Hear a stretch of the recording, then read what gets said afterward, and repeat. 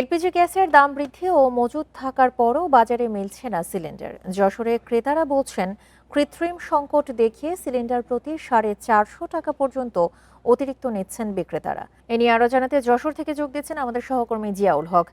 জিয়া, যশোরে তো সব মানুষই এলপিজি সিলিন্ডারের উপর নির্ভরশীল, তাদের সব কার্যক্রম। ভোক্তা পর্যায়ে কি পরিমাণে ভোগান্তি আপনি দেখতে পাচ্ছেন? দেখুন, আমি এই মুহূর্তে একটি দোকানের সামনে দাঁড়িয়ে আছি। এখানে আমি এসে কিন্তু দেখেছি যে সকালে বেশ কয়েকজন লাইনে দাঁড়িয়েছিলেন, কিন্তু তারা সিলিন্ডার না নিয়ে ফিরে যেতে হয়েছে। আমি দোকানিদের সাথে কথা বলেছিলাম, তারা আমাকে বলেছেন যে ঠিক এই যে মুহূর্তটি চলছে, অর্থাৎ সর্বশেষ যখন দাম সরকারের পক্ষ থেকে নতুন করে নির্ধারণ করা হয়েছিল 1306 টাকা, তারপরও কিন্তু ব্র্যান্ডের যে সমস্ত কোম্পানিগুলো আছে তারা কিন্তু এখনো পর্যন্ত তাদের যে গ্যাস সিলিন্ডার 12 কেজি সেগুলো কিন্তু সরবরাহ করা শুরু করেনি। এখনো পর্যন্ত কিন্তু এই অবস্থায় চলছে, অর্থাৎ যে অতীতে এর আগে যে সমস্তগুলো সিলিন্ডার ছিল সেগুলোই কিন্তু তারা বিক্রি করছেন, হয়তো যারা কিছু কিছু রেখে গিয়েছিলেন, কিন্তু সেগুলো কিন্তু যেহেতু সরবরাহ চলছে না প্রায় 1 মাস ধরে, সেহেতু সেই সিলিন্ডারগুলো কিন্তু একেবারে কমে গিয়েছে। তবে নন ব্র্যান্ডের সিলিন্ডারগুলো তারা পাচ্ছেন, এবং সেই সিলিন্ডারগুলো কিন্তু তাদেরকে কিনতে হচ্ছে 1400 থেকে 1500 টাকায়।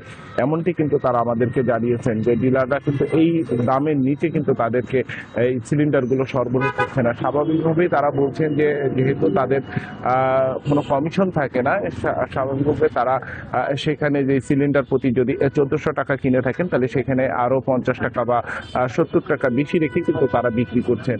এতে যদি 1450 টাকা কিনা হয়ে থাকে, তাহলে সেক্ষেত্রেও কিন্তু একই রকম 50 বা 70 টাকা বা 80 টাকা কিন্তু তারা অতিরিক্ত নিচ্ছেন, এবং সেখানে তারা কারণ দেখাচ্ছেন যে এই সিলিন্ডারগুলো তারা বাড়িতে পৌঁছে দিচ্ছেন, এবং তারা যে গ্যাসগুলো কিনছেন, সিলিন্ডারগুলো কিনছেন, সেখানে কিন্তু তারা তাদের অতিরিক্ত দাম অর্থাৎ লাভের জন্য রাখছেন।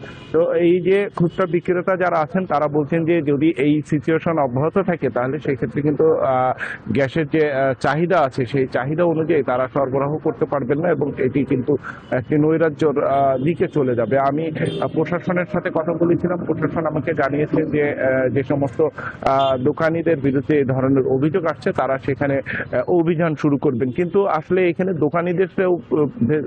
দোকানীদের বিপরীতে অভিযান চালিয়ে কিন্তু আসলে সমস্যার সমাধান হবে না। সমস্যার সমাধানটি কিন্তু মূলত আমরা দেখতে পেয়েছি যে ডিলার পয়েন্ট থেকে যদি গ্যাসের দাম যে সরকার যেটি নির্ধারণ করে দিয়েছে, অর্থাৎ তারা যদি সেই হিসেব করে গ্যাসের মূল্য নির্ধারণ না করে, এবং সেভাবে যদি বাজারজাত না করে এবং যদি সরবরাহ না করে, তাহলে কিন্তু এই সমস্যা কোনোভাবেই মেটানো সম্ভব না। অর্থাৎ কোম্পানি যারা আমদানি করছে, আমদানিকারক এবং তাদের যারা ডিলার আছে, তাদেরকে কিন্তু মূলত এই ক্ষেত্রে সবচেয়ে বেশি গুরুত্ব দিয়ে তাদের সাথে আলোচনার মাধ্যমে যদি এই সমস্যার সমাধান করা যায়, সেক্ষেত্রেই কেবলমাত্র কিন্তু এই যে বর্তমানে যে সংকট দেখা দিয়েছে এই সংকট থেকে বেরিয়ে আসা সম্ভব হবে, এমনটাই কিন্তু ভোক্তা এবং যারা খুচরা বিক্রেতা আছেন তাদের দাবি।